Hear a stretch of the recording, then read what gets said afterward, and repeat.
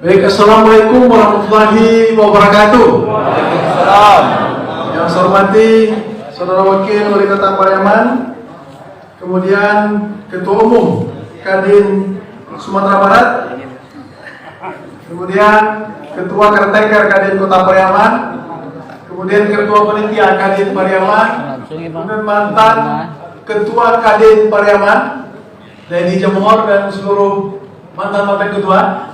Damon Sungalana juga pernah. Kemudian Ketua KONI juga hadir.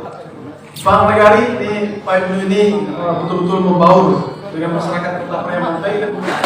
Bapak Ibu, pertama sekali ucapkan syukur kita kepada Allah SWT atas rahmat ini kita hadir di sini. Bersalam dan salam disampaikan kepada junjungan kita Nabi besar Muhammad SAW.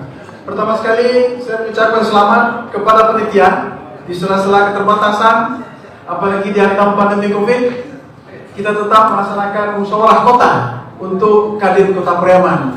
Musyawarah ini penting untuk kelanjutan kelembagaan dari Kadin Kota Pariaman yang sebelumnya 3 periode dipimpin oleh Uda Edi Jamohor dan kita pilih lagi untuk berikutnya. Dan juga tadi saya ucapkan selamat juga waktu dipimpin oleh Pak Edi Jamohor. Kadin Pariaman ini merupakan kadin terbaik di Sumatera Barat. Tepuk tangan untuk kita semua. Bapak Ibu, kadin ini memang memegang peran yang sangat penting. Bagaimana ada sekitar 13.523 UMKM yang ada di Kota Pariaman. Kalau semuanya mampu kita kelola secara kelembagaan melalui kadin, ya sebagai organisasi induknya, saya pikir kekuatan ekonomi baik itu kekuatan produksi kita akan besar. Kalau kekuatan produksi besar, itu akan memberikan keuntungan atau margin yang cukup baik. Dan juga kekuatan pasarnya. Kalau skala ekonominya besar, kalau kita mampu melakukan konsolidasi, kekuatan pasarnya juga akan kuat juga. Berarti ketika kekuatan produksi dan kekuatan pasar ini kuat di bawah leadership dari Kadin, saya pikir kekuatan ekonomi Pariaman ini bisa menjadi kekuatan utama di Sumatera Barat. Tepuk tangan untuk kita semua. Itulah salah satu potensi besar dari Kadin. Ada 13.500 lebih pengusaha atau UMKM yang ada di Pariaman. Kenapa saya tahu? Tahun lalu saya uruskan untuk mendapat bantuan dari kementerian ada 13.600 lebih, 12.600 lebih. Saya pikir tahun ini akan lebih meningkat. Saya nggak tahu juga apakah karena bantuan usaha ini meningkat, nggak tahu juga. Tetapi intinya UMKM kita cukup banyak. UMKM kita bergerak di beberapa sektor, yaitu sektor pariwisata, industri makanan, rumah makan, restoran, kemudian penginapan, dan industri hilir lainnya yang banyak berhubungan dengan itu. Ketika orang banyak membutuhkan makanan, pasti pasar yang melakukan transaksi jual beli di sektor makanan juga akan meningkat. Ketika tamu banyak datang ke Kota Pariaman, pastilah industri hilir yang berkaitan dengan itu juga meningkat. Nah, peluang ini saya lihat banyak digeluti oleh para anak-anak muda Kota Pariaman yang telah mulai menjadi kota-kota inovatif. Coba lihat jalan sore habis maghrib di sekeliling Kota Pariaman ini banyak restoran-restoran atau kafe yang dikelola oleh anak-anak muda dan semuanya ramai. Saya juga nggak tahu setiap restoran itu ramai ini tamunya dari mana. Saya tanya juga bukan dari Pariaman, mereka datang dari Tiku, dari Lubu Aluang, dari Sungai Gering Diam, ya, bahkan dari Lubu Basung, dari Padang pun datang kemari, dan beberapa KP juga dari kota-kota lain. Kalau orang Pariaman penduduk yang 100.000 ini, saya pikir itu 3 hari kafe itu tutup saking banyaknya. Tapi semuanya tetap ada. Berarti Pariaman telah mampu menjadi pusat kekuatan regional, pusat kekuatan ekonomi regional, yaitu ekonomi kabupaten kota adalah sekitar. Kita melihat contoh pasar pagi, yang dagang pasar pagi itu tidak hanya orang Kota Pariaman, tetapi orang Kabupaten Pariaman, termasuk juga kabupaten dari Agam sebelah, dan juga yang belanja juga bukan orang kita. Makanya pasar pagi itu kita biarkan semua orang jual di situ, dan nanti orang lain yang dari kabupaten tetangga juga ikut belanja di situ. Kalau itu setelah terjadi, saya bisa mengklaim bahwa pasar Pariaman ini adalah pasar regional. Kalau kita klaim pasar sebagai pasar regional, saya meminta satu pasar lagi, yaitu pasar basah ke kementerian atau ke pemerintah pusat atau ke transportasinya. Nah, untuk mengurus pemerintah ini tidak hanya apa yang kita lakukan, tapi ada beberapa strategi kiat dan konsep yang harus kita jalankan, dan itu kebijakan tersebut bisa bermanfaat dan bisa kita melakukan sinkronisasi program antara pusat dan daerah. Bapak Ibu, saya ucapkan terima kasih kepada panitia yang telah memberikan saya kesempatan untuk memberikan semacam seminar atau keynote speaker untuk dengan judul Pemulihan Ekonomi Kota Pariaman Pasca Pandemi COVID-19 dalam rangka untuk musyawarah kota Kadin Kota Pariaman. Bapak Ibu, saya dengan Pak Wako, Pak Wanison bekerja bersama-sama dan dilantik tahun 2018 sekitar bulan Oktober 2018. Di awal-awal dalam visi misi kita menjelaskan bahwa Pariaman adalah kota wisata, perdagangan, jasa yang religius dan berbudaya. Kita adalah kota perdagangan. Kadin itu kamar dagang dan industri. Berarti kan dagang juga nama itu. Berarti hubungannya mesti dekat. Berarti pemerintah dengan kalangan dunia usaha harus saling mengisi. Simbiosis mutualisme sehingga daerah ini cepat maju, sehingga kita tulis langsung dalam visi misi, yaitu kota Pariaman kota wisata, perdagangan, jasa yang religius dan berbudaya. Ya, kota wisatanya seperti apa? Kota wisata yang religius. Kota wisatanya seperti apa? Kota wisata yang berbudaya. Kota perdagangannya seperti apa? Dalam kota yang religius. Kota perdagangan seperti apa? Kota dagang yang berbudaya. Demikian juga jasanya, kota jasa yang religius dan kota jasa yang berbudaya. Berarti semua program yang kita kerjakan itu harus berbasis kepada religius dan juga budaya. Seperti adat Minangkabau, yaitu adat bersandi syarat bersandi kita bulan. Kita tidak untuk bisa kita lihat dengan jelas. Dan bahkan alumni SMA 1 angkatan tahun 82 buat musola depan itu. Ya, sebenarnya kita hari raya kemarin ketika orang salat 5 waktu, zuhur, asar misalnya, bisa 4 kali ronde. Karena penuh, gelombang kedua, gelombang ketiga. Itu membuktikan bahwa tempat wisata yang kita buat itu berbasis kepada agama. Tapi kita, kadang-kadang masyarakat ini, saya yang penting adalah mau sayang sama saya, mau benci, mau cinta, itu urusan dia. Yang penting saya dengan Pak Wadoni mengerjakan tugas yang menjadi tanggung jawab saya untuk membangun kota Pariaman. Saya pikir tadi juga bersama-sama kita melakukan itu. Nah, pemerintah kota telah banyak melakukan investasi. Di mana kalian maksudnya saya lihat? Telah banyak melakukan investasi untuk membangun kota ini. Ya, sekarang saya tunggu adalah bagaimana investasi swasta juga masuk. Kenapa demikian? Kita membangun jalan dan infrastruktur. Infrastruktur dan jalan ini adalah eksternalitas bagi swasta, atau uang keluar bagi swasta, atau yang tidak bisa dihitung dalam kos pihak swasta.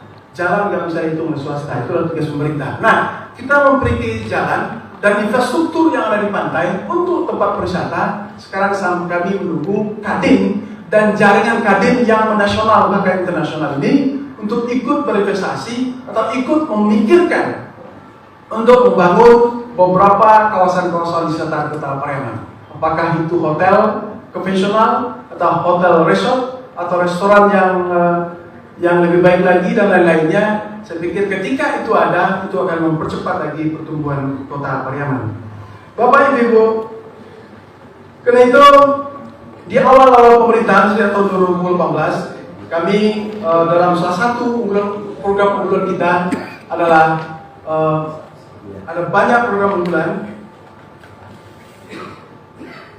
Misalnya kita lakukan revitalisasi pasar Pariaman. Kenapa? Perdagangannya harus maju. Pariaman dulunya adalah pusat bisnis bagi Kabupaten Padang Pariaman ketika kita masih induk. Yang kita mau sekarang adalah pusat bisnis Padang Pariaman ini jangan pernah kita hilangkan. Jadi kota Pariaman ini tetap menjadi pusat ekonomi Kabupaten Padang Pariaman dan sekitarnya, dan juga pusat ekonomi bagi kota Pariaman. Berarti ekonominya adalah ekonomi regional. Nah, kita mengusulkan untuk membangun pasar Pariaman sebelum pandemi COVID, dan sehingga kita bisa membangun pasar ini tahun 2019. Coba bayangkan, kalau kita membangun pasar merencanakan setelah pandemi COVID, sampai sekarang pasar itu mungkin tidak akan selesai. Kenapa? Pemerintah melakukan berbagai pemotongan anggaran. Tetapi alhamdulillah, kita bisa membuat loncatan pembangunan ketika di tahun pertama pemerintahan, sehingga kita bisa menyelesaikan pasar. Kemudian kita membangun infrastruktur di tempat-tempat perwisata. Salah satunya kita membangun Waterfront City. Waterfront City adalah konsep kota yang menghadap ke air. Itulah salah satu infrastruktur di Kepekuan, tetapi untuk mendukung perwisata. Infrastruktur Waterfront City ini, fungsi sungai difungsikan sebagai fungsi hidrologi atau fungsi air yang mengurangi banjir dan tempat aliran air, tetapi kita tambahkan dengan fungsi estetika, sehingga fungsi estetika ini dia indah dan itu akan menjadi magnet perwisata seperti Talau Pauah, kemudian Warung Batang Piaman itu, kemudian Batang Ipampan yang telah ada sekarang. Dan itu menjadi konsep pariwisata sehingga menyebabkan orang banyak datang. Ketika orang datang itu, disitulah perdagangannya jalan. Salah satunya adalah Kamar Dagang dan Industri harus ikut berperan di situ juga. Nah, kemudian dengan dua hal yang kita bangun tersebut, baru timbul pandemi COVID tahun 2020, 2021, 2020 pertengahan sudah mulai. Kemudian kita diarahkan oleh Kementerian P4RB untuk membuat namanya work from home, bekerja dari rumah. Saya pikir enak aja bekerja di rumah, saya bekerja terus. Masa pegawainya bekerja di rumah, dia tidur-tidur? Apa yang saya buat?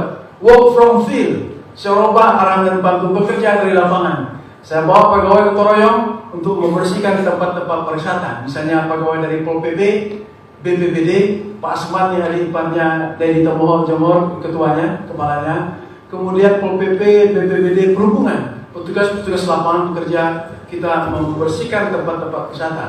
Kemudian mendadak timbul juga ide di lapangan, bagaimana kita tambahkan membuat jalur-jalur infrastruktur pariwisata, membuat jalan-jalan Waterfront City, sehingga yang pertama kita buat adalah jalan dari Sunur sampai Jembatan Kertaji di pinggir sungai tersebut. Tidak ada ganti rugi, bahkan pohonnya pun tidak ada ganti rugi. Masyarakat pun ikut mempuaskan tanah, masyarakat pun ikut menebang pohon yang menjadi lokasi jalan tersebut. Nah, nanti jalan ini akan kita usulkan kepada pemerintah pusat untuk dilakukan pengaspalan. Kemudian kita buat jalan lain di Cimahi, kemudian dari Mangguang sampai ke Nare, dan terus kita lakukan selama setahun lalu. Akhirnya selesai 15 ruas jalan yang dibuat dengan non-budgeter. 15 ruas jalan tanpa hitam, tidak ada anggarannya. Yang ada adalah pegawai yang ada, kadang urunan berapa oto, kemudian perantau, ada yang 100 oto, ada yang 200 truk oto, kemudian juga ke Kambo, Pak Edi TRD juga ikut di lapangan, membantu juga, rame-rame kita membantu. Orang, tokoh masyarakat yang ada di Rana, dan di perantau pun juga ikut. Dan sehingga kita bisa lakukan percepatan. Nah, 15 ruas jalan ini kita ukur sebagai jalan yang harus dibantu oleh pemerintah pusat, sehingga diharapkan tahun depan mendapatkan DAK jalan, sehingga angka DAK jalan Kota Pariaman nanti saya yakin insya Allah akan meningkat beberapa kali lipat dari tahun sekarang. Tahun lalu kita mendapatkan DAK jalan 7 miliar, tahun ini DAK jalan Kota Pariaman adalah 21 miliar. Berarti tahun depan kita mengharapkan DAK jalan itu sekitar 50 dan 60 miliar. Apa yang terjadi? Berarti uang transfer yang masuk ke Kota Pariaman akan meningkat, itu akan meningkatkan PDRB atau uang yang berputar di masyarakat. Kemudian para pengusaha kita bisa lebih banyak memiliki peluang ketika yang lelang di pemerintah kota ini lebih banyak sumbernya. Kalau sumber dananya 1 tahun 7 miliar sedikit yang bisa ikut, tapi kalau sampai 60 atau 7 miliar untuk ubah jalan, berarti banyak anggota Kadin yang bisa berperan untuk ikut membangun Kota Pariaman ini. Berarti bagaimana cara meningkatkan perekonomian kita, salah satunya adalah tadi saya simpulkan, kita membangun pusat perdagangan yang membangun pasar Pariaman, kita membangun pusat pertumbuhan ekonomi pariwisata melalui program Waterfront City dan pariwisata. Yang berikutnya adalah kita membawa uang transfer pusat kita banyak, kita bertambah ke Kota Pariaman ini sehingga PDRB-nya juga meningkat. Saya pikir hal itu akan meningkatkan perekonomian Kota Pariaman. Di samping transfer pusat kita perbanyak, itu program-program bantuan kita perbanyak, dan juga kita mengurangi pengeluaran yang dikeluarkan oleh masyarakat miskin. Kita membuat program namanya BKK, bantuan keuangan khusus kepada SMA dan SMK. Kenapa? SMA dan SMK itu adalah kewenangan provinsi. Pemerintah Kota Pariaman membayar 6,5 miliar 1 tahun untuk provinsi, untuk menggratiskan anak-anak yang sekolah SMA dan SMK di Kota Pariaman ini. Saya pikir ini baru ada di Kota Pariaman, dan segera juga menyusul yang banyak melakukan studi banding ke kita. Bukit Tinggi juga akan melakukan itu, kemudian Sijunjung juga akan melakukan hal-hal seperti itu. Jadi yang program baik ditiru juga oleh kabupaten kota lain. Kami dengan ikhlas dan semangat mentransfer ilmu itu ke kabupaten kota lain. Kemudian yang berikutnya adalah untuk warga tidak mampu, kita membuat program satu keluarga satu sarjana, Saga saja namanya. Nah, anak-anak ini kita kirim ke kampus-kampus politeknik. Kenapa politeknik? Target saya adalah anak-anak ini tamat nanti dia memiliki skill, keahlian, dia bisa bekerja di industri, dan jika bisa dia buat kerja sendiri, bisnis sendiri. Kayak Politeknik Negeri Padang, Politeknik Industri, Politeknik Pelayaran, Politeknik Kelautan dan Perikanan. Di tahun ini juga kita mengirim ke University Telkom di Bandung. Jadi kami dari Pemda, APBD ini tersedia cuma 5 orang. Tetapi yang lulus Pak Wawan 60 orang. Tapi saya sudah akan janji nanti yang lulus saya kirim semua. Sekarang saya sedang memikirkan 55 orang lagi ini dari mana. Mudah-mudahan ada pengusaha-pengusaha Kadin yang ada di Padang ini. Jadi mulai jadi ada agak pelimolo dari Kadin mengirim, ya nanti kos biayanya nanti kita tanya ke dinas pendidikan. Ada 5 dari Kadin, ada 5 dari Pemda, ada 5 dari perantau kita di Pekanbaru misalnya. Jadi anak yang 60 orang ini yang berasal dari keluarga tidak mampu bisa semuanya sekolah. Kenapa demikian? Kewenangan pendidikan tinggi ini tidak ada di Kota Pariaman. Kewenangan kota itu hanya SD dan SMP. Tetapi kita membantu SMA, tetapi dan juga kita membantu sampai perguruan tinggi. Alasan yang kita pakai adalah anak-anak ini adalah anak warga Kota Pariaman. Jadi alasannya di kewenangannya kita pakai di kewenangan sosialnya, yaitu bagi miskin dan anak telantar dipelihara oleh negara, sehingga bantunya menjadi bantuan sosial di PKK dan juga bukan di dinas pendidikan tetapi di bagian Kesra Kota Pariaman. Itulah semacam strategi yang bisa kita lakukan untuk melakukan hal itu. Nah, ketika kita melakukan program bentuk kemiskinan tadi, termasuk juga saya tambahkan program untuk melakukan asuransi, membayar asuransi semua warga miskin Kota Pariaman. Tujuannya adalah untuk mengurangi kos atau biaya yang dikeluarkan oleh rumah tangga miskin. Ketika itu terjadi, sehingga kemiskinannya tidak akan semakin terpuruk, tetapi adalah dia bisa mengarah ke lebih baik, bisa mencapai kelas menengah dalam klaster ilmu ekonomi. Inti yang saya sampaikan adalah untuk membangun kota ini tidak cukup hanya usaha keras dari wali kota atau wakil wali kota atau usaha keras dari dinas, tetapi semuanya melakukan kolaborasi. Termasuk dalam menyusun program kemiskinan misalnya kita lakukan.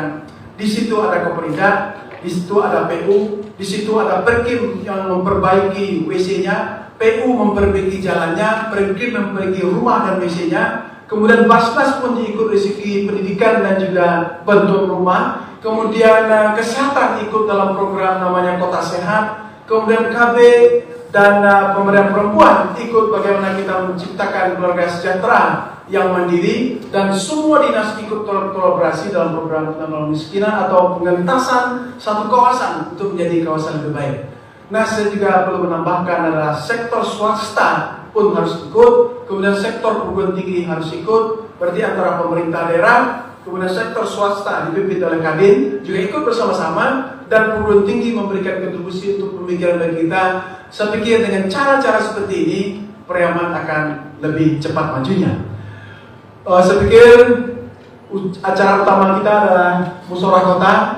Untuk ceramahnya cukup sampai di sini.